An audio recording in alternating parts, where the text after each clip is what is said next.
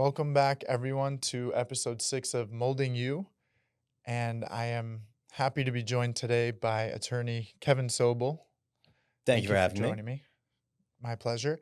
So, I created this podcast to help people with mentorship, motivation, manifestation, really just following your passion and creating the life you want.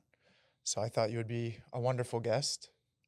Thank you. Thank you for thinking of me and inviting me on. Happy to talk about that. Of course. So you were the first legal experience I ever had, first law firm I worked for, and now I'm an attorney. So thank you for that. Congrats on passing the bar. Thank you. Appreciate it. And congrats to you for passing 11, 12, or... I think we're on 12. Yeah, 12, your 12 state licenses that I have personally, and our firm operates in, I think, 17 or 18 states currently. Particularly with accident and injury cases, but we can also help with first-party property claims, and if you need legal help, pretty much anywhere in the country, we're a good stop to ask. Yeah, so to me, your personal story is awesome and fascinating because not only are you a father of 3 kids, which is like 3 full-time jobs, right? And then, when I met you, you were the Georgia attorney, and now you have 12 states. And before that, you were the first intern. Sure. Yeah, little background. When I was finishing up, or I guess a middle of my first year at University of Florida Law School, looking for any kind of legal job I could get in South Florida, where I grew up, where I'm originally from, in the Fort Lauderdale area, I probably shot out 100 resumes and inquiries. Let me work for you this summer to every different kind of area of law, whoever was within like an hour of my parents' house that I was going to be at that summer, looking for any kind of legal experience I could get. And probably 90 of them were completely ignored. 9 said, we don't hire 1Ls, and you've been in law school, so you know that whatever you call it, but that adage that 1Ls don't know anything, like bigger firms don't really hire as many 1Ls. And then one person, Eric Pinaluga from pinaluga@aol.com, responded back to me, we could use somebody, give me a call. And we had a phone interview and started talking and kind of grew up in similar areas of Broward County and, talked for a bit. And he was explaining how they were just kind of getting busy and needed help. And that was my summer job, my first summer after 1L, first year of law school. From there, I didn't know where it would go. Who knew where it would go? The firm was just handling cases in South Florida primarily, maybe kind of creeping up the rest of Florida. But I stayed in touch with Cantor and Pintaluga, with Eric and Howie. I worked a bit winter break, a bit, when I was home, and the firm continued to grow as I was in law school. I did do something else my 2L summer. My now wife was at that time then out of undergrad. She's a year younger than me, working full-time in Tampa. So I did want to try a different area of law, as well as spend time with my serious girlfriend, soon-to-be wife, for the summer. And I tried something else, and that only reinforced that I liked, what I was doing, that I liked helping people with accident and injury claims. And Pinaluga still does to this day. He said to me in the last few months, he'll randomly be like, there was that one summer you left us. He likes to kind of give me shit about it. But 20 years later, here we are. We've expanded from there. And, over the years since, I've had the opportunity to work with young lawyers and young people growing and, kind of come full circle on being the other end of learning, or now being the senior person, I guess. Yeah, it's an awesome story. And I like how you start by saying, you sent out 100 resumes. Like, a lot of people, I think, are struggling to find jobs these days, but they're not really doing the work. Like, just finding a job is like a full-time job. Yeah. And like you said, you get one good response out of 100. Yeah. I like sports analogies a good amount. You miss every shot you don't take, or shoot your shot, if you want to just say. You are never going to get a job if you don't try to get a job, if you don't ask a bunch of people if they're going to hire you, if you don't ask a bunch of people if you can meet with them or, have coffee with them or, do something, what can you do something for free for them that might, get a conversation going, whatever you need to do, but uh get out there and try to do it.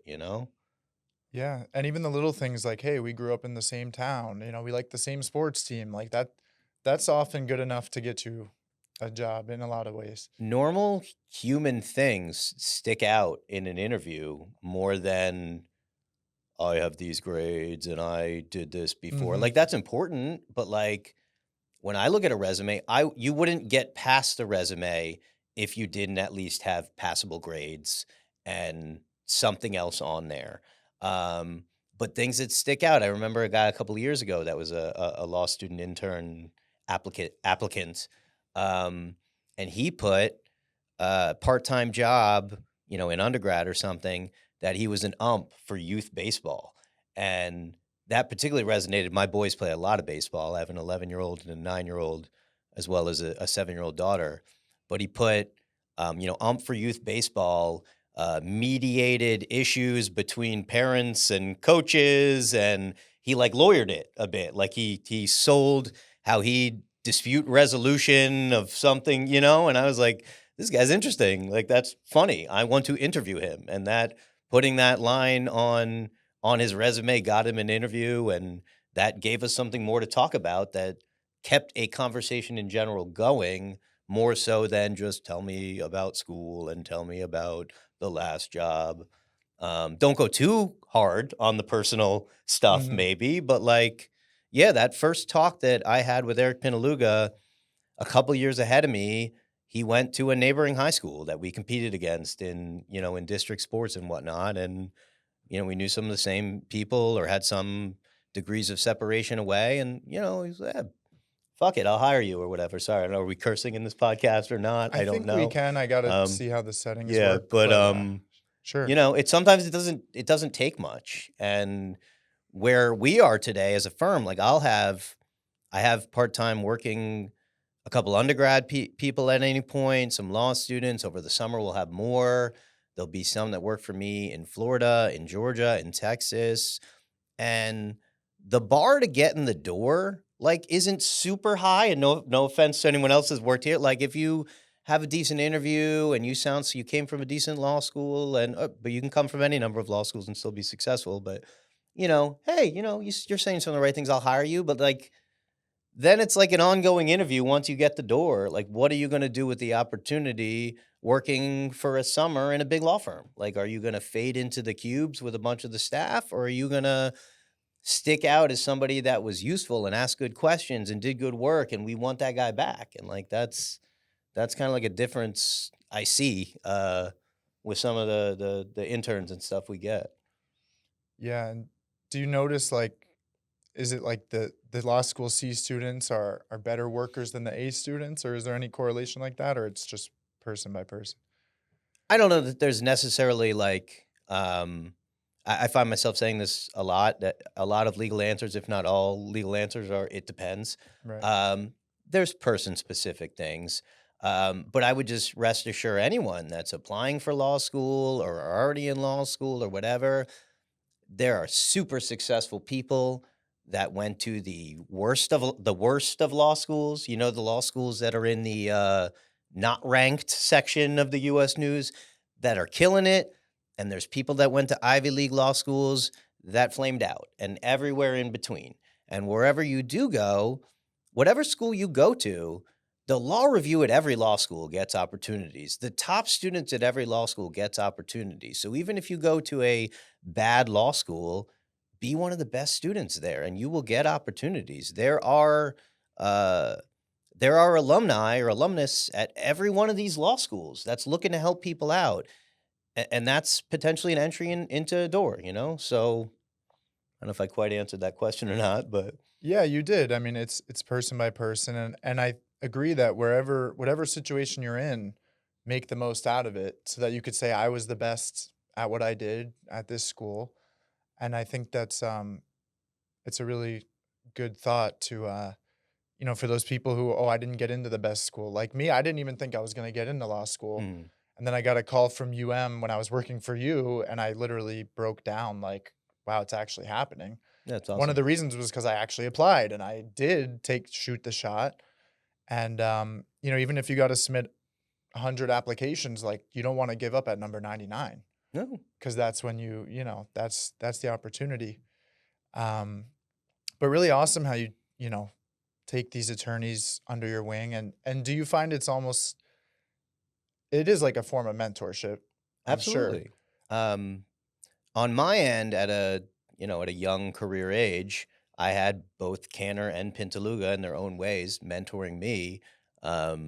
With a lot of the day-to-day lawyering, back in the day, me and a legal assistant in Canner were desk to desk to desk in a smaller office in tight quarters, and he would negotiate on speakerphone and then hit mute and be, I'm going to tell him this. And I learned as hands-on as possible. And it's not as easy to do that now as we're bigger, but we do the best we can with that. And I invite any intern or staff. There's plenty of staff we've had that have turned into lawyers or to law, that went to law school, to make sure you come ask me questions. Come make sure that I don't forget that we interviewed a few months ago or whatever, that you're one of the 4 or 6 or 8 law students there over the summer. Like, find an excuse to come ask me about a case or ask me if there's any other projects you could work on. Like, take advantage, even if you don't like what we're doing and you don't like the area of law, why wouldn't you want to have somebody to possibly use as a reference or to put a good line on the resume? Like, why wouldn't you do that? Like, to me, I don't know. Yeah, definitely. I wasn't the most probably outgoing person in the firm at the Mhm. time, but I definitely made it. I wanted to come shake hands a few times and make sure you saw me. And I was always chatting you on, was it Jabber or? Yeah, the instant messenger. And since then, you reminded me before we started chatting. It's been 5 or 6 years, 6 years since you worked there. Yeah, crazy. But over the last few years, you've stayed in touch, kind of largely via social media, and that's a good thing to do. Like, why wouldn't you, if somebody that could potentially help you in your career, your future in some way is willing to stay in touch with you? Why wouldn't you stay in touch with them? And it's not that crazy. I mean, you tell me, is it that hard to occasionally like a post or DM a short thing or whatever? It ain't that hard. No, not at all. And Like, don't be completely fake about it, but like, it's if somebody's willing to be in touch with you and willing to help you in some way and answer your questions, why wouldn't you ask? And similarly to me, like, if somebody asks me stupid legal questions, I'm going to do my best to answer them, even if it's not what I do or whatever, because maybe the next question will be what I do, or what their cousin needs the next time will be what I do. And, you never know. But yeah, it's super easy to be fake on social media. It's also easy to be real when, I've always admired you you took me under your wing, even though I was just like an intake a little bit, Mm. but you helped me out with a great recommendation letter. But seeing you with your kids and your family, like that's really what inspires me. And, you're leading attorneys, you're leading kids, you're leading the misses and whatnot. So I've just always thought of you as a friend. And here we are on a podcast. There you go. Thanks for having me on. Yeah, of course. But so I'm curious, like through your personal growth, like you started off as that intern, and then Canner and Pintaluga saw the leadership in you, and they're like, you're going to be the managing attorney. And what was the progression of now you're managing? How many attorneys would you say are you on? I think there's give or take 15 under me in my states. There's give or take 100, maybe a little over 100 in the collective states.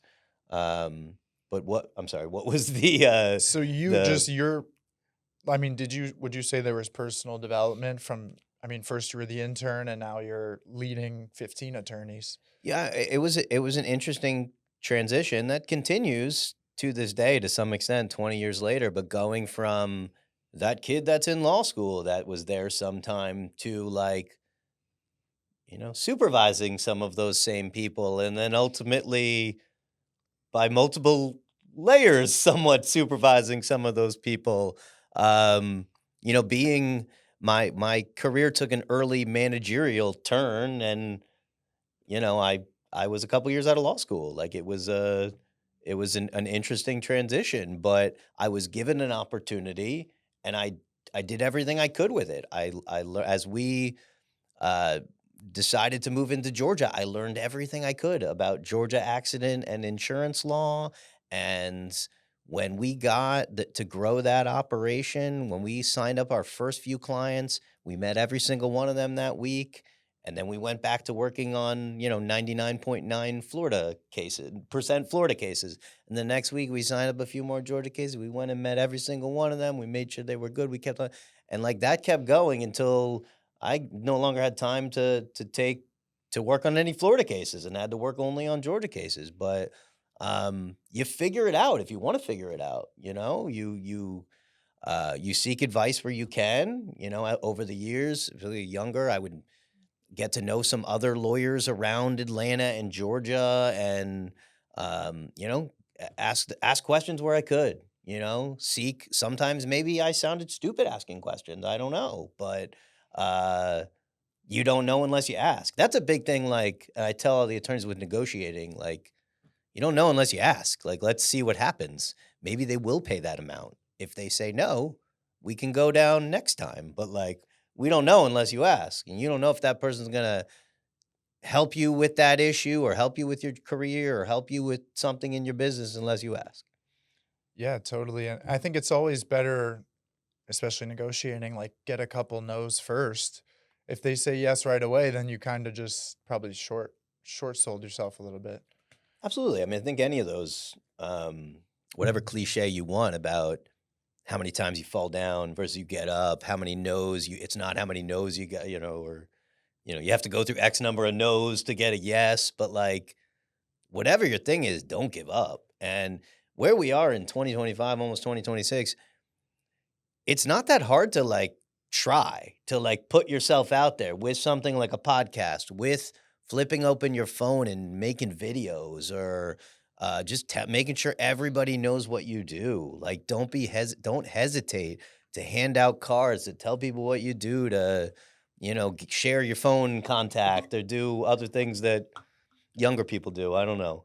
Still a little old school, but um make sure people know what you do. That's something that in my early career, sometimes I'd be like, why is this person checking in at their law office on Facebook on a Saturday?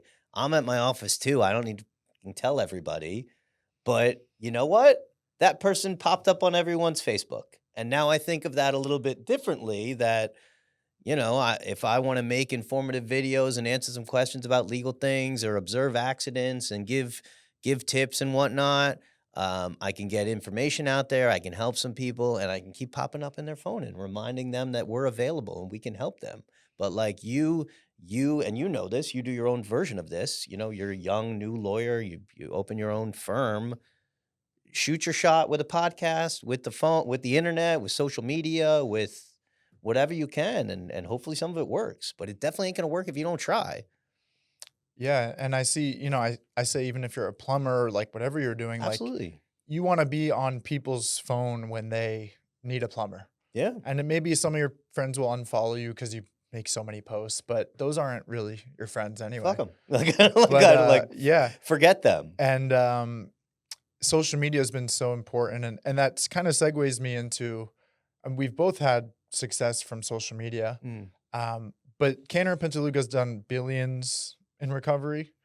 I think we can say billions plural. Yeah, or at Yeah. least a billion. Yes, I think we're into the billions plural. Yeah, and I'm Um, sure more to and come. more to come. It just I don't have the ongoing ledger Yeah. or tracker, but But so Um, I'm wondering, like, what's, in any industry, but especially law, like what's set you guys apart? Is it meeting every client in person, or I mean, because you guys are I'm sure there's very few competitors, if any, at that level. we do strive, no matter how big we are or have gotten and how many different places we operate, to still give as much as we can a local feel. Like we want, you're dealing with people after an accident or injury that are in perhaps the worst situation they've ever been in, or one of the worst, if not the worst. And they're human beings and they need help. And we want to be, whatever state we're in, we want to make sure they know they're talking to somebody that's been through that kind of situation before and helped other people before and knows what direction to give them and what guidance to give them and make it easier for them and have a human connection with our clients. What there a number of things were like appealing to this practice and the firm when I was a law student, but I legitimately like what we do. I think that there's a Robin Hood element of it. The insurance companies are the bad guys. Like don't listen to any of the propaganda they put out there about tort reform. They have the opportunity to take care of people plenty of times before they can call a lawyer, but they don't. They could put us out of business if they did the right thing and paid claims and didn't force people to call us. Sometimes they don't even call people back, you know? But here we are, we fight the big greedy insurance company. They're the bad guy, and we help people that need it, help people that need it. And I think that getting that across, no matter where that person is located or where we may be, or no matter how big the firm may get, I think it's important that they know that somebody cares about them or is there for them to help them through it. Yeah, and I think having a passion like for what you're doing is so important. And like, I mean, do you ever have days where you're like, oh, I don't feel like going to do it today, or is it just constant passion, motivation? I think anyone that says they don't have such days are lying. I don't. I have some element of like, what choice do you have that's somewhat built into me, whether it's you have a bit of a headache or you didn't sleep as well or the kids were doing something annoying or a fire at with one case, not a real, not a Okay. a wrench in one case threw off your whole day or whatever. But what choice do you have if you want to meet whatever your goals are, but keep pushing on as best as you can? Um, that's what I try the best to do. Like in a different like context, a couple years ago, I said after going through on and off working out type things over the years, going back to high school sports and then getting older, having kids and whatnot, I committed to like I'm going to work out every day. I know you do plenty of fitness things. I see you online. You look. I don't take my shirt off on the internet, but You should. but like there are. It's the same with same thing with like.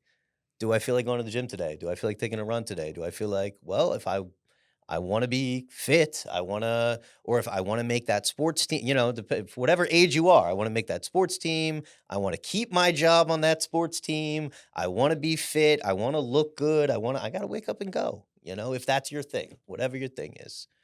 Yeah, and I just saw a thing today that's like starts with that intention, and then there's the practice, and then it becomes a habit, and then it's your identity. Yeah.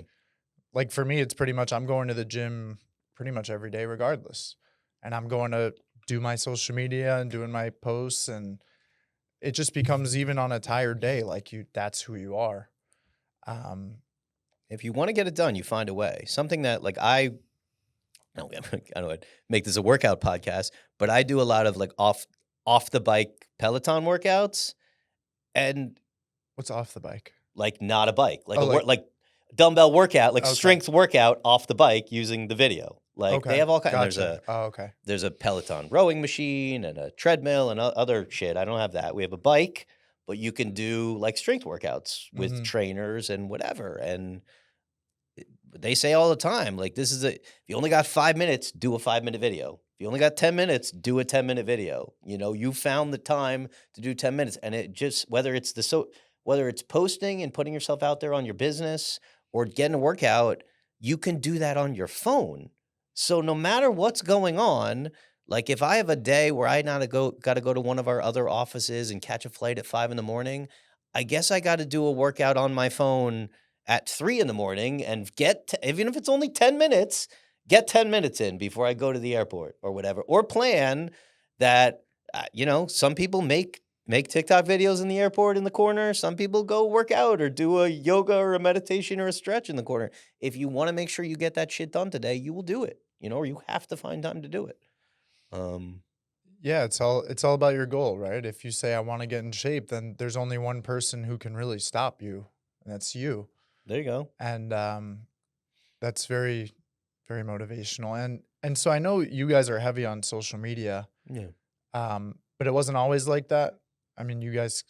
It's been a process or a Mhm. growth or, um, the a lot of the advertising. We've been through iterations of media progress from being on a lot of billboards and traditional media. Radio, I think, is slowly dying. TV is broadcast TV slowly dying. Whatever point a handful of years ago we got on Twitter and then on Instagram and now TikTok and now we make videos pretty regularly. But you gotta adapt as the market adapts, as people adapt. I think a lot changed post COVID. Like everyone, you start a business, just flip it open your phone, um, and there's plenty of people that look really impressive on the video on their phone that may only have a couple of cases or a couple of customers or a couple of whatever, but maybe they just got one more by putting that video out there. And they certainly didn't get an extra call or an extra DM or an extra follower by not posting that video. Mhm. So you got to just, I mean, you got to follow the market where it is. And I know as a customer, if I want something new or I need a service, a vendor, or something, I'm gonna Google them, or if I need to know how to do something, I'm gonna look at a YouTube video, or I'm gonna see if there's a TikTok about it. So why wouldn't we put our own business there? Why wouldn't lawyers start popping up there, or mold inspectors, or doctors, or whatever? Why not? Yeah, I think everyone should be doing social media. It's one of the only things you can do almost these days. It's free.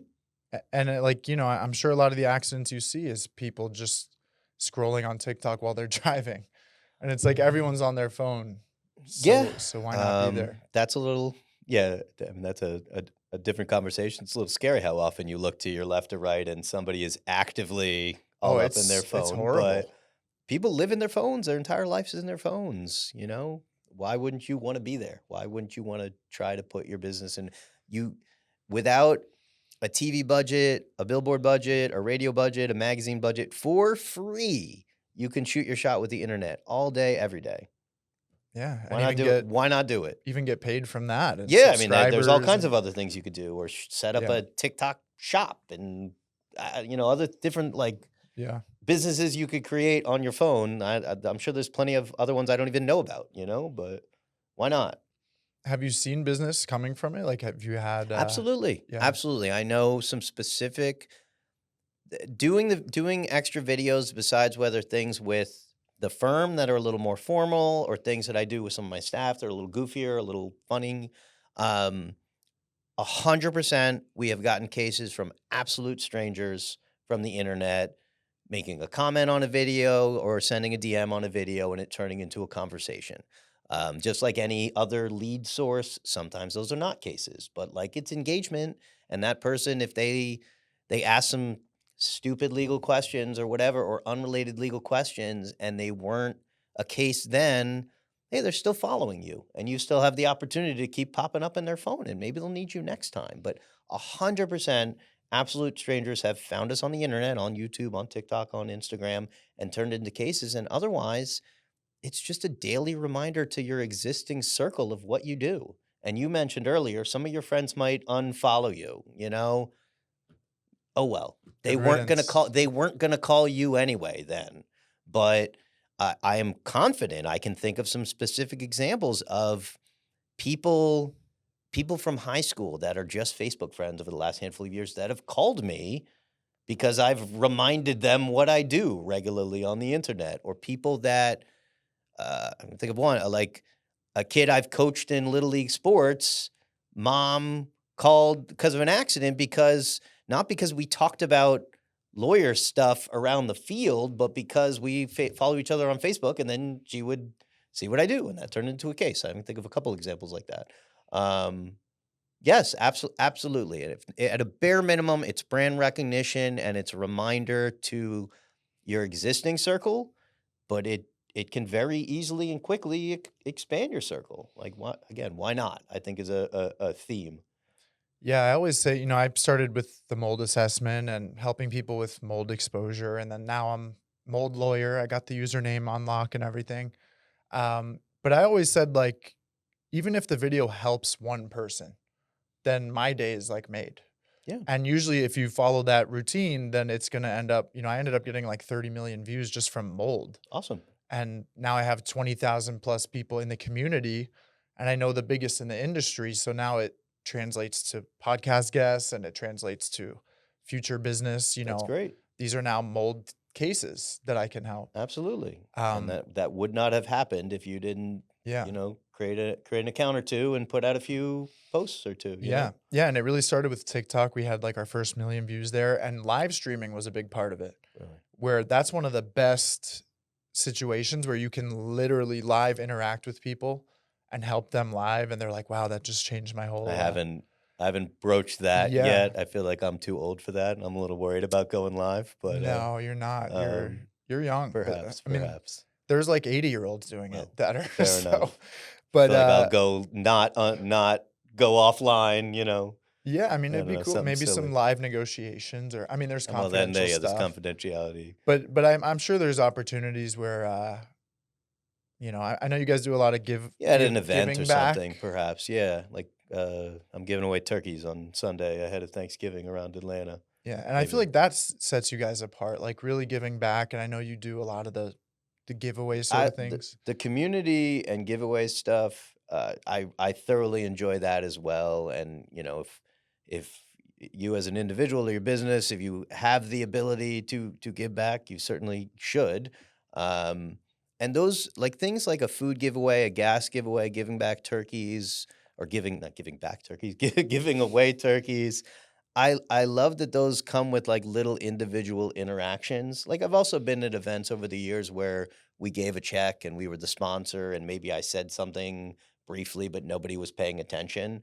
But at something like a gas giveaway where it's announced on the radio an hour earlier, hey, everybody go to this gas station. And it's like a very kind of live, fresh event where, somebody comes through, and then half an hour later, hey, my cousin told me to come through because they were here. And as each person's getting gas, I can talk to them for a minute and have an interaction. Oh, we're so grateful. We needed this. We're on the way to take our daughter to college. We're on the way to, or even it's just we're on the way to run errands, and now we have an extra $50 because you filled our gas tank. Those are awesome little interactions. Like I really enjoyed that. Yeah, That's what I got. I think that's so important. Like for business, it's all about connections with people and those interactions. And I remember I even saw like a TED Talk once. It said the number one longevity correlated thing is like interactions with other people. Yeah. Things like that, like the food and gas giveaways, there are people that are come again and again, whether it's on their side of town or not. And oh, Kevin, remember I saw you at the last one, or started following me on Instagram after one of those events, and then like message me sometimes, but like they know me now, they've met me, they've had conversations with me, I've filled their gas tank or gave them lunch or gave them whatever. And like, I'm a real person. I'm not just some lawyer, on a billboard or on the radio or on TV in a suit being stuffy. I'm like a real person that was out on the freezing cold or out in that rainy, shitty day, like helping give you gas or give lunch or whatever. And again, I like doing that stuff. It feels good. So. Yeah, and I think if you like human interaction, then you're going to succeed in business. Yeah. And if you don't like it, you should try and start doing it. Just Yeah. get into it and realize it's not that bad. Even if you get embarrassed or rejected or your video gets 20 views, like it's all practice. The social, I definitely had to step outside of my comfort zone a handful of years ago when we started making more Instagram reels or TikTok videos. I am like historically more of a like lead by example, quietly work quietly, work while you're sleeping or work, when no one's looking. Like I said, like I didn't check in at my office on Facebook early on, but at a certain point, you make a couple videos and you feel a little bit more comfortable. You learn a few tricks with editing that make it a little easier. Or you put a few things out there. Sometimes there are things that are like you put a lot of energy and effort into and they don't get much views. Sometimes there are things that are just off the cuff and random and they do get a lot of action. And you just never know, again, unless you try, unless you post. And there's again, like there's no harm in doing it. If somebody is so annoyed at you for putting up posts, they're not really your friend. You have one less Facebook friend, one less Instagram friend.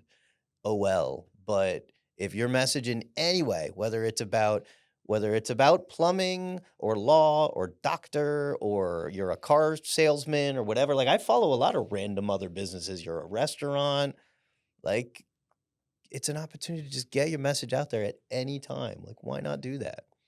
Yeah, and I think it's funny how like a lot of my good friends now are like people from social media that I barely even know personally, but they've been so supportive. And you might lose those people from high school that were like really just they weren't even friends, Yeah. but you'll gain hundreds or thousands or millions of There followers. there's random lawyers in different states that I only kind of know through the internet, know through TikTok or Instagram DMs, but like we support each other and we've occasionally referred each other cases and why not? Why not?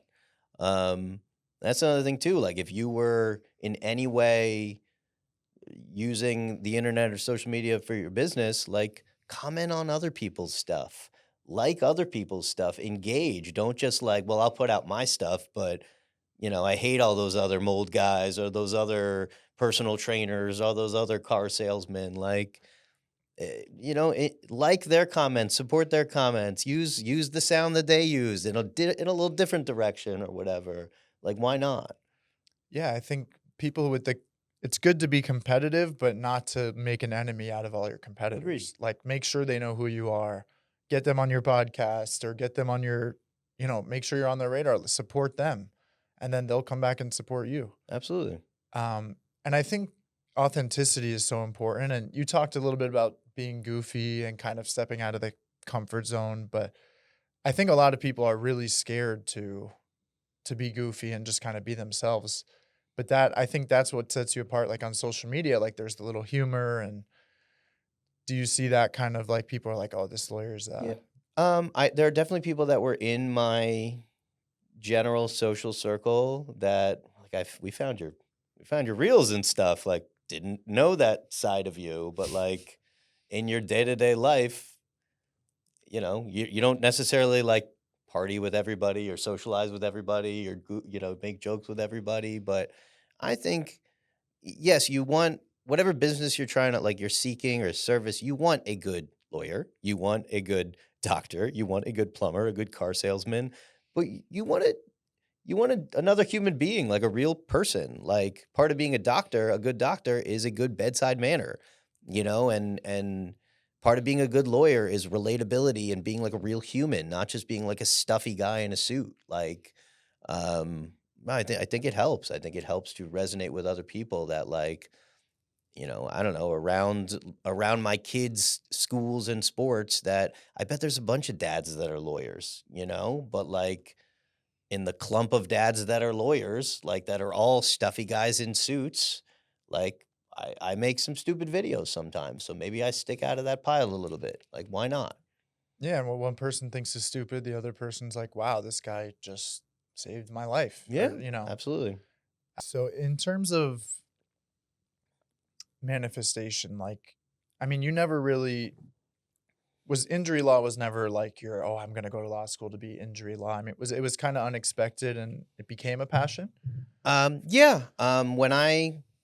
When I sent out those 100 resumes, they were to different areas of law. I just wanted experience. I didn't know what I wanted to be.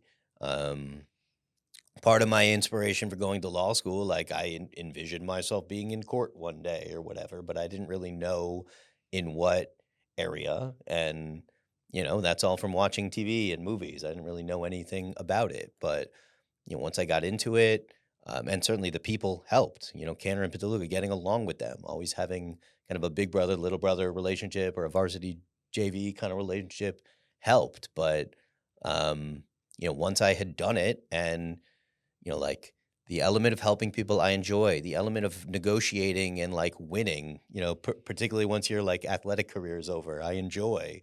Um, the I forget what even your question was at this point though, but Kind of was the PI always Yeah, and just like I think it's interesting how your passion can kind of find you in an mhm, unexpected way. Like when I started with the mold testing, I thought it was a joke. yeah. Like I didn't get it. And then I realized we can help people. And Sure. then there's the human connection, and there's people who are really sick. And so that developed into like a passion for me. Yeah. I mean, the first day that I walked into the firm as an intern, I did not know that it was purely a personal injury firm. Like, I think the an original firm website listed a number of areas of law, but like maybe as the firm was just starting, they were taking, as they said in law school orientation, like door law, like anything that comes in the door. But we're just kind of starting to specialize more on personal injury. And I'm sure that first summer and the first couple days, couple weeks, I'm like, oh, okay, they're on bus benches and billboards that like anybody else, like there's a certain conception of personal injury and whatnot. But once I learned more about what was going on and that a lot of the situations people are in could be made better so much easier and so much quicker if the insurance company did what they were supposed to do. Just it did as little as returning phone calls, let alone paying what was fair. But yeah, I grew a passion for it or whatever, not having any idea that I would like it or not.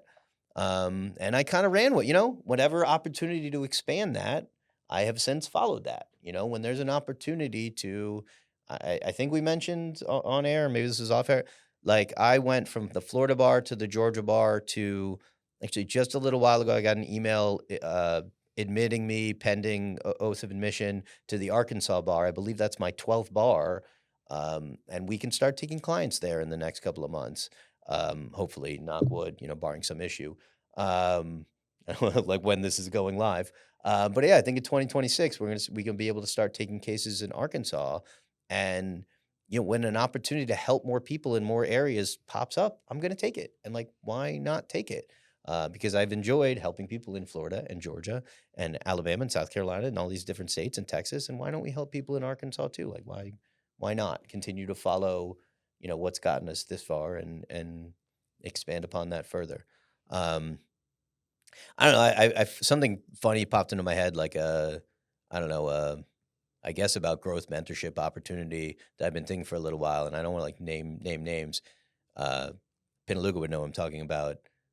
This person would know that I was talking about. But when I got out of law school, um, there was another associate that was hired around the same time, like because the firm was getting so busy um, that they kind of were waiting to hire me as I was getting out of law school, but like needed somebody else.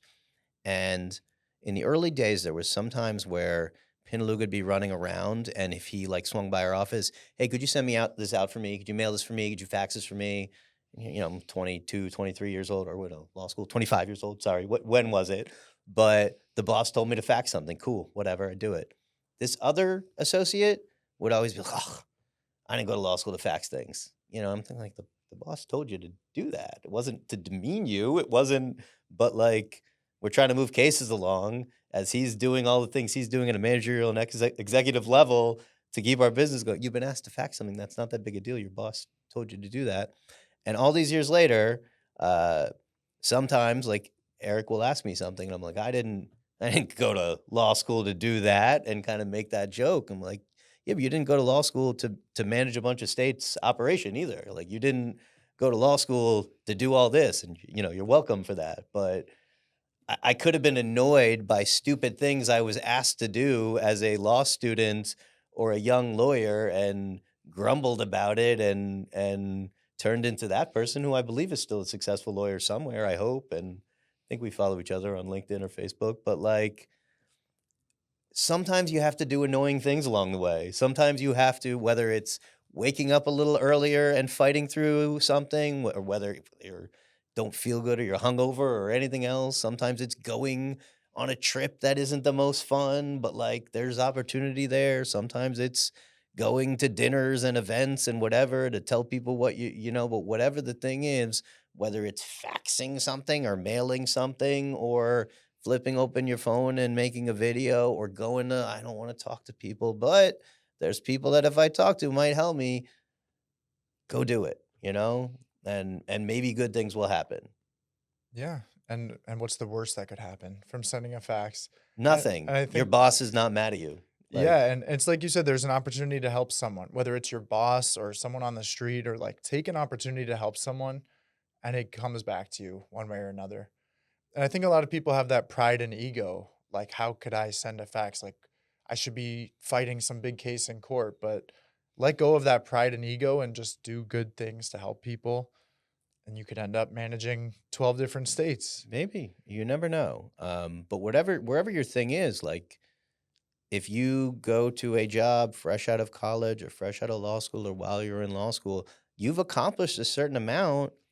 But if you want to accomplish more, you need to pay attention and learn and ask questions and seek advice and seek counsel. And, if you're not, whose goal in life was to just graduate high school or college or law school, or just become a plumber or a car salesman, whatever the jobs are. I don't know. Like, it was to be the best lawyer or doctor or mold guy or plumber or car salesman. Like, you got to keep putting in the time and the work to make yourself better in whatever your thing is. And that includes like some element of like self-care or whatever you need it at home, whether that's fitness or food or reading books or pets or children or whatever your other passions are. You got to feed those too so you don't lose your mind. Yeah, and there's a book I love called 10x is easier than 2x, which I think really helped shift my mindset in a lot of ways, how it's easier to 10x everything than just try and double, your workflow. But one thing it says is that everyone kind of has a unique ability, which is like there is something that you could be the best at or pretty darn good at. Yeah. So follow that thing, because even if you go the traditional route, law school, then most of those people end up kind of hating their situation. Like, until you find something that you enjoy doing, it's going to be miserable. And even for me, like passing the bar and passing law school, like that was just something I told myself I was going to do. And like, I wasn't going to stop until that happened. And now I'm like, oh, I want to be a podcaster. And, your trajectory can change, and that's fine. Do you have goals that you're working towards right now, either work-wise or personal-wise, that you're kind of manifesting? I mean, career or, personal, is it personal, work and personal kind of blend together. But career-wise, work-wise, I just want, I want to take care of my family as best I can. I'm going to keep working until I fall over one day. I can't envision, I'm halfway through my career, maybe, even though it feels like it's been a long time. But like, lucky enough to be in a thing that I should be able to do into a reasonably advanced stage, as advanced as it feels. And I want to keep doing more, however many clients we've helped in the states we're currently in. I'd like to help more clients, and I'd like to help clients in other states. I'd like to continue to help develop and mentor young attorneys and young staff and see our, you can't grow without good people growing with you. Something that we kind of lay out to people in interviews or as their annual reviews and different things move along. Like, if we want to operate in, expand our presence in a given state, it's not just me. It's other attorneys and staff, and from intake to helping with the car to helping with treatment to helping get records and helping and all the other ancillary things, accounting, HR, whatever. Like, I don't want to put it, a lot of things go into these things. But I don't know. Yeah, I want to keep doing more. I would like my life and growing up was perfectly fine, not complaining. I'd like my kids to be as good as I can make it. So I'm going to keep working until, I'm out of opportunity. What is good as a lawyer and, wherever you go with that is that there's so many things. Like, if there was a point down the line that I wanted to become a mediator, I wanted to do some more consulting or other things, or just make podcasts all the time. Like, I could do any number of different things, but So you're kind of just work, keep working every day. That's your main. yeah, and I don't know a better way to say that, but like, in my family, my grandfather started a business that was very successful. My dad, not as successful. So I have some personal family motivations to kind of be a little bit more like grandpa and help the future generations a little bit more than my dad, RIP. But yeah, I'd like to create a legacy for not just my kids and my grandkids and my great grandkids, like, And, maybe that's great-great-grandkids seeing stupid videos I made on the internet. Hopefully, it's also some amount of financial security and whatnot. But, um, whatever opportunities you have, I am very much like the pedal will be down until somebody knocks me off the road, and to whatever extent your energy and, your work-life balance allows that the a good friend, and we coach sports together, was saying to our soccer team a bunch recently, or now it's like almost always baseball season, but now it's soccer season also. Mhm. The one things you guys can always control is energy and effort. That's not just in little kids playing soccer or baseball. It's in lawyering and doctoring and podcasting and setting up a podcast studio and being a plumber and making cakes and whatever else you want to be. Just being an influencer. Like, keep making videos, whatever it is. Just keep doing it. Yeah, I like that. The energy and effort. It's like even if you don't have a lot of energy that day, 50% energy, but if you put 100% effort, you're still probably outworking someone who's only at, 50 for everything. You're at 75 now. Yeah. Yeah, some level of like no days off to whatever extent you can, or only, certain days or certain whatever, but set go accomplish as much as you can in a given day. Like, and if to me, I always felt it was easier pre-kids. Now with kids, I have to balance my time a little differently, but I would go to the office more Saturdays than not. And like, why not? Now it's easier. We're like more remote and paperless and different things, but like if you happen to be in kind of an whether you can directly increase your financial situation or otherwise impress or improve the people you're working with in some way, put as much as you can into it.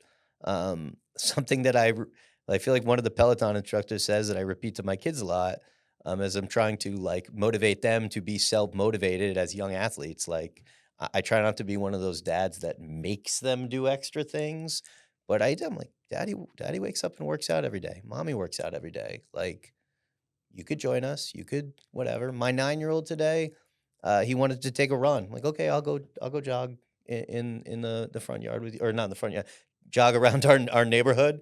It was more than just the yard. We jogged like a mile or two. But like you can't be disappointed in the results you didn't get from the work you didn't put in. If I said that right, like. Yeah. Don't be mad you didn't accomplish something if you didn't try, if you didn't put forth your best effort, if you didn't send the 100th email, not just the 98th or the 99th. You didn't make this is episode 6. Keep making episodes. Don't stop at 6 or 7 or 8. Now I just said 6, 7. I don't know if that'll be relevant for you. Have any idea what I'm talking about? For the If you were kids. younger, yes. I know. The kids will not shut up with that.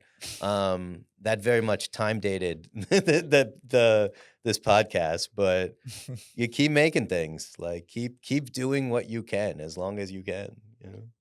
Yeah, and I like how you talking about the kids and how you're not forcing them, but you're leading by example. And I Try think to.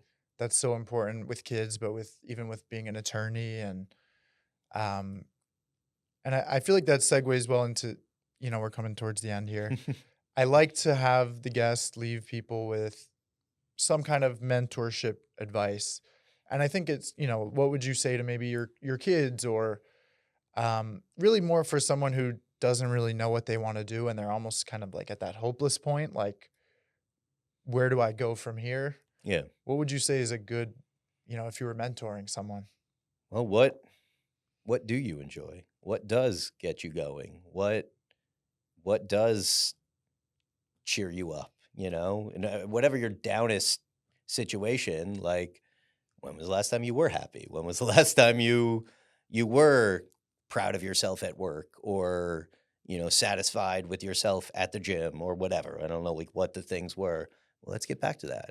And sometimes maybe it's just baby steps. Baby steps are better than no steps. Like, you could use any number of cliches, but like, putting 10 extra minutes into your new business is better than no minutes into your new business. Doing whatever level of I don't know, putting I keep saying the same things. I feel like put as much into things as you can, and that's your best possible result. But yeah, it gets better. I mean, find something to like find something you're into. Everybody has a passion, you know? Like when I talk to my kids about sports, "Hey, you guys want to be better at baseball?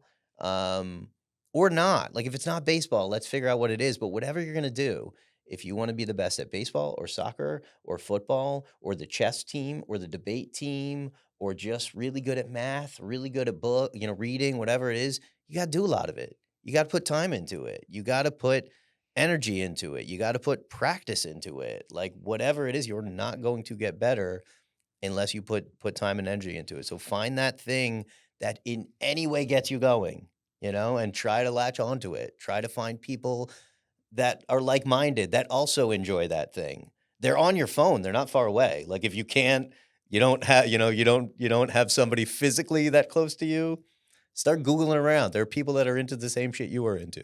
There are people that whatever you're good at need people that are good at that thing, like find what that is and try to put as much energy you can into it. And it may not be immediately obvious how to monetize that or if you can even monetize it, but like if it starts to make you feel more happier, more confident, successful, you start making more friends, whatever, like getting your name out there, it'll turn into something. Like something good will happen, I think.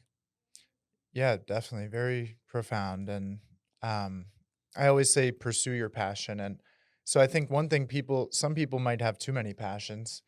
And what I say is write down 5 and then cross 4 of them out and do that one passion and like pursue that or maybe pursue a couple. Um, but I think if you can't figure out your passion, it's like you said, it's something you enjoy. Or I saw one guy online. He's like, if you can't figure out your passion, just do the most enjoyable or beneficial action that you have. Like if you have 2 options here, go left or right, whichever one you enjoy more, just do that and keep taking the best action for yourself until you find yourself in that position where you're actually doing what you're passionate about. And I think you can monetize almost anything these days. There are people. I mean, the keep coming to social media and the phone. Mhm. There are people monetizing Everything. just being funny, just being goofy, just popping up. I mean, I'm trying to like not to think of individual examples, but do you know? I don't know if at what your age, what part of the internet? Do you know Big Justice is like a kid a kid around here that's a 12-year-old baseball player that him and his dad started making videos at Costco, Oh, and yeah, then yeah. they've been on like Chicken bake. they've been on like nighttime talk shows and like have a song with other influencers and stuff that wouldn't have happened if they didn't start making videos around the baseball field or around restaurants or whatever.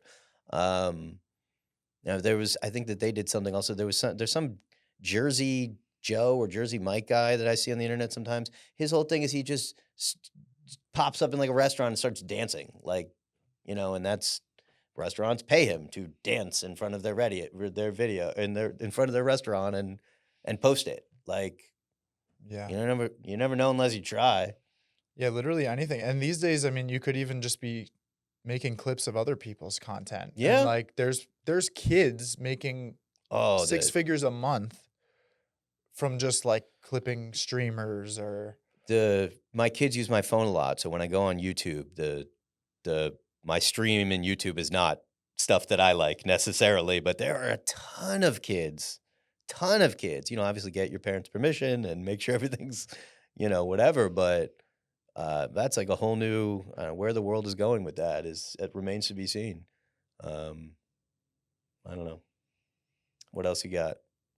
yeah, no, I think that's a some really awesome advice. And I think that's a good place to leave it. But thank you so much, Kevin, for joining me. Yeah, thanks for having me. This was fun. Glad we got to chat a little bit and catch up a little bit. And Absolutely. look forward to this episode 6. Yeah, and definitely if you guys are dealing with personal injury issues, Canner and Pintaluga, real people.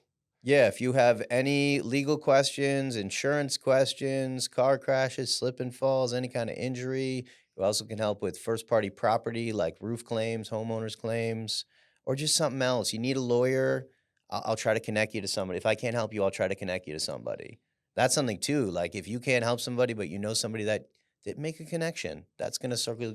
It's gonna circle back around to you. Like why not? I know a lot of lawyers that do a lot of things around the country, so feel free to reach out. Kevin Sobel.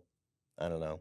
I don't know if you put information in anywhere. I we could can drop do my that. number, whatever. But thank you so much. Absolutely. Thanks.